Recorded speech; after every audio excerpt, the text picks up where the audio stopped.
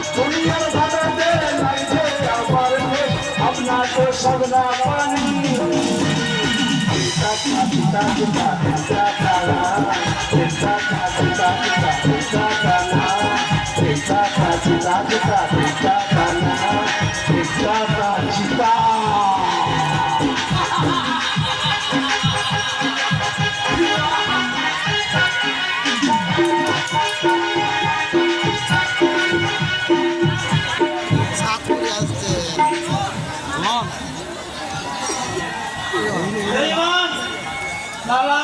যাত্রাই বেঈমান যার জন্য কলিজা জল করে রোজগার করছে সে সালে আবার অন্য একজনের পথে বসে আছে পথে বসে আছে রে ছোড়া ঝুমরি নিশ্চয়ই আমার পথে বসে আছে ঝুমরির পথেই বসে আছি তুমি ঝুমরির পথে বসে আছো কেন থাকবো না আমি যে দেখতে পেয়েছি কি দেখে ফেলেছ চল্লিশটা বাচ্চা তার মানে খিচড়ি কাণ্ড ঝুমরি বাথরুমে স্নান করছিল আর আমি বাথরুমে ফুটো দিয়ে দেখতে ফেলেছি চল্লিশ ছাড়াই বললে সর্বনাশ ঝুমরি জানলে তোমায় একেবারে মেরে ফেলবে আমি তো মরি আছি আর আমার এই মোড়া মনের ভিতর থেকে জেগে উঠেছে আমি ভরা যৌব তাই তো আমার যৌব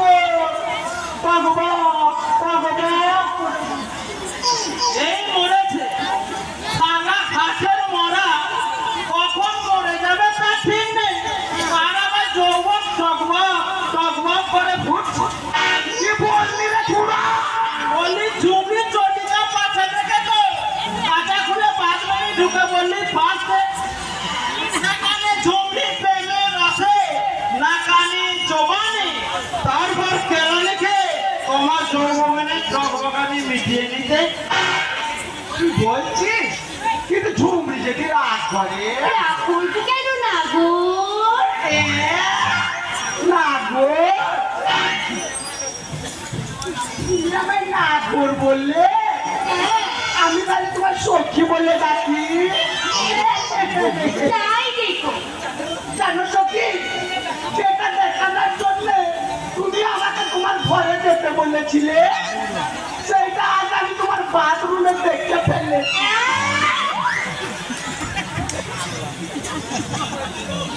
বলছিলাম কি না গো বলছিলাম কি না গো শুধু দেখলেই তো হবে না সেটাকে নিয়ে তো কাজও করতে হবে নাকি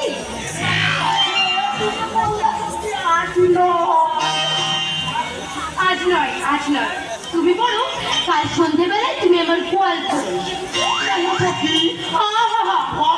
গোয়াল ঘরে কেন বোঝো না কেন ঘরে কি আমার অনেক লোকের যাতায়াত তারা দেখে ফেললে যে জানাজানি হয়ে যাবে তাই তাই তুমি আমার গোয়াল ঘরে কেমন ঠিক আছে সন্ধ্যাবেলায় গোয়াল ঘরে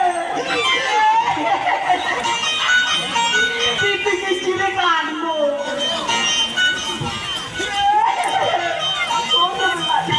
গোয়াল ঘরে আমি বেঈমান ওই পুরোটা সারা তোর আপন আমি সারা পথ আমিও পাঁচটা বলে দিচ্ছি ঝগড়ি আর আমি বিড়াল হয়ে রাত থেকে বসে থাকতে পারবো না সারা তোর মন পরিষ্কার নয় আর আমি তোর সাথে কাজ করবো না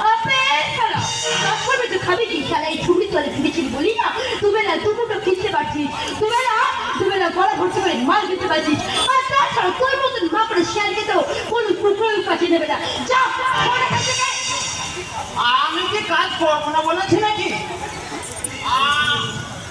আসল কথা কি জানিস তোর গায়ে হাত দিলে না আমার গাটা শিশির করে ওঠে আমার আর দোষ কি বল আগুনে হাত দিলে হাতে তো ছাকা লাগবে আর তো শরীরটা তো আগুনে নিয়ে মারবে যতবার হাত দিয়েছি ততবার আমার মনে ছাকা লেগেছে তোমার ছাকা আমি লাগাচ্ছি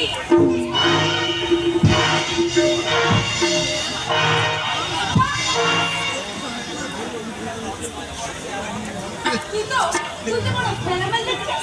আমার গায়ে হাত লাগাবার যখন তখন চেষ্টা করছিস। আর তাছাড়া এই পাবলিককে বোকা বানানোর জন্য এটুকু পারমিশন তোকে আমি দিয়েই দিলাম। মাইনে বলছিস? হ্যাঁ সত্যি বলছি। এই শোন, ওই দেখ একটা বড় লোক আসছে, কট কট করে দিকে আসছে, মনে হচ্ছে অনেক বড় লোক। চল চল তাড়াতাড়ি নাটক শুরু কর। স্টার্ট নিগো গুলো স্টার্ট। বাজা বাজা কে আছো? বাজা বাজা এই আমার বড় লোকের হাত থেকে তোকে রক্ষা করবে কে? তোমরা সারা পেটে মুচি মুচি করবে না। ওই চলে আমার সাথে চলে।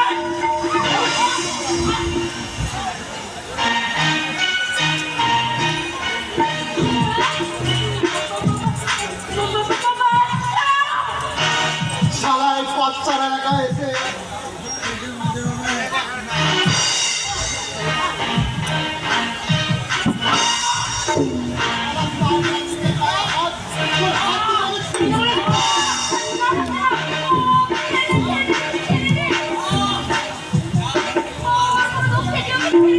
বসলেন না গো, যে শালা তোর ইজ্জতের যে শালা তোর ইজ্জতে হাত তুলেছে তাকে আমি কিছুতেই ছাড়বো না। তাকে আমি একেবারে খতম করে দেবো, খতম। বলছি তোর কোনো দোষ নেই, ছেড়ে দে ওকে। বুঝলেন? না গো, তাহলে ঝুমরি এমন বাঁচাও বাঁচাও বলে চিৎকার করছিল কেন? আর তুই আমার ঝুমরিকে কেন এমন ধরে চাপটা চাপটি করছিলে? যাত্রা যাত্রী নয় গুরু, যাত্রা যাত্রী নয়, ওটা শিকার ধরা টোপ ফেলেছিলাম। তা তোর চোখ না গুরু, এইভাবে আমরা মিথ্যা নাটক শুরু করি, আর এই নাটকে সত্যি ভেবে যখন কোনো পাবলিক ঝুমরিকে বাঁচাতে ছুটে আসে, আমাদের ফাঁদে আটকা পড়ে যায়। তখন আমরা কৌশলে তার পকেট ফাঁক করে কেটে বলি। কি বললি? কিন্তু আজ আমরা নিজেদের ফাঁদে নিজেরাই ফেঁসে গেছি গুরু। ও ও কিমান মারলে গুরু, আমার কোমরটা বোধহয় ভেঙে গেল। ও হো হো, ওরে বাবা গো। এই ধাঁধা কদিন থেকে চলছে? ওটা বলছেন না কেন?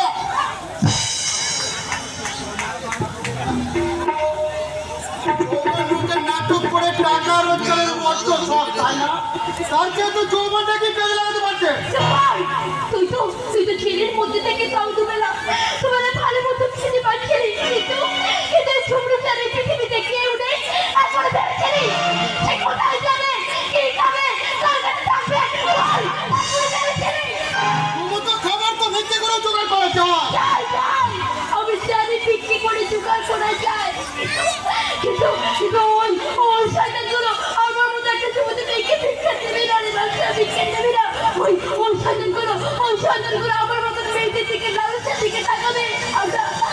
আমরা এক মুঠো ভিক্ষা চাইতে গেলে তারা আমার শরীর থেকে ভোগ করতে চাইবে, ভোগ করতে চাইবে। ওরে চলো, ওর চুরি বল, ওদের সংকটে আমি নিজের হাতে খুন করবো। বল বল। না, জীবনের এতগুলো কথা নষ্ট করলি, আর তোকে আমি এই ভুল করতে দেবো না। শোন, নাটকই বল আর 2 নম্বরে ঠান্ডাই বল, এগুলো করে আমি তোর জন্য অনেক অনেক টাকা জমিয়ে রেখেছি। চল, সেই টাকা দিয়ে তুই ব্যবসা করবি, ভালো করে বাঁচতে শিখবি, এবার সৎভাবে বাঁচবি। সবভাবে মাঝে আমার ভাবনা রে ঝুমরি। কেন কেন বাচ্চা, কেন আমি তো জেল থেকে পালিয়ে এসেছি। পালিয়ে এসেছিস? কিন্তু তোকে তো পুলিশ থানা আবার তারা করবে। আপাতত কয়েকটা দিন সে ভয় নেই। ভয় নেই? না, পুলিশের খাতায় বাচ্চা হয়তো এখন মৃত। মৃত? তার মানে জেল ভেঙে পালানোর সময় রক্ষীরা আমায় তাড়া করে। আমি ঘুরতে ঘুরতে গিয়ে একটা ব্রিজের উপরে উঠে দাঁড়াই। রক্ষীরা আমায় দেখে গুলি চালাতে থাকে। আর সেই খোলাখুলির মাঝে আমি ব্রিজ থেকে নদীতে ঝাঁপ দিই। তারপর তারপর সাঁতার দিয়ে যতদূর সম্ভব এগিয়ে গিয়ে ভেসে উঠি। এইভাবে ভাসতে ভাসতে এক জায়গায় উঠে দেখি এক অজানা আগুনকে বেহুশ হয়ে নদীতে পড়ে আছে। মুহূর্তের মধ্যে আমার মাথায় একটা আইডিয়া এসে গেল। দ্রুত তার পোশাকটা খুলে পরে নিয়ে আমার কয়েকটি পোশাকটা পরিয়ে তাকে নদীতে ভাসিয়ে দিলাম। আর সেই লাশটা যদি পুলিশ পায় তাহলে ভাবতে নদীতে পড়ে বাচ্চা মারা গেছে। আর সেজন্যই তো আমি কয়েকটা দিন তোর কাছে লুকিয়ে থাকবো। যতদিন না এই পাঁচটা নামটা পুলিশ ভুলে না যায় ততদিন আমি তোর কাছে গোপনে দেখতে থাকবো। ফাঁস করে দেবো। কে ফাঁস করবি তুই? সব গোপন কথা আমি ফাঁস করে দেবো। গোপন কথা? হ্যাঁ, একটা সত্য যে তোমরা খুন করতে চাইছো, সেই সত্যকে আমি কেমন করে হোক টেনে ভিজিয়ে বার করবো। আর পেয়েছি। কি বলছে? একই অঙ্গে বহুরূপ, একদিকে রাম অন্যদিকে রাবণ, একদিকে ভীম অন্যদিকে দুঃশাসন। এবার শুরু হবে সংগ্রাম, এক মোড়ের সঙ্গে আর এক মোড়ের সংগ্রাম, এক রূপের সঙ্গে আর এক রূপের লড়াই। এ লড়াই কে জিতবে? রাম না রাবণ, ভীম না দুঃশাসন। না! আমি পাগল নই। তবে কে তুই? আমি ফুটপাতের ভাটা গেছি। আমাদের ভান্ডার কেষ্ট।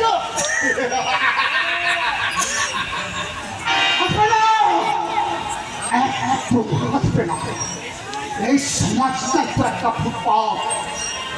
ফুটপাতে যে পণ্ডিত আছে বিচারের নাই হোক, মহাপাপের বড় বড় গর্ত, যে গর্তে তোমার মতো যুবকের চলবে সামাল হয়ে ঘুমড়ে খেয়ে পড়ে, ম্যান হয়ে তোমার মতো নারী নারীত্ব আটকা পড়ে থাকে।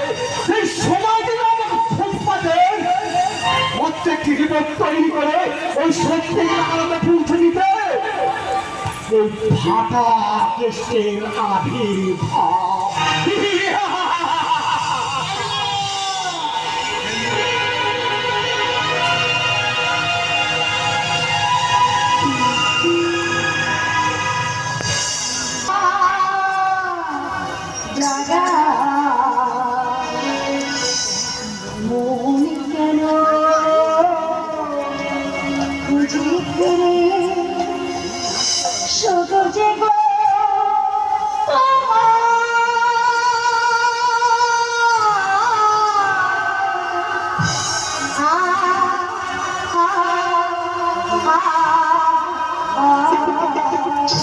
Ah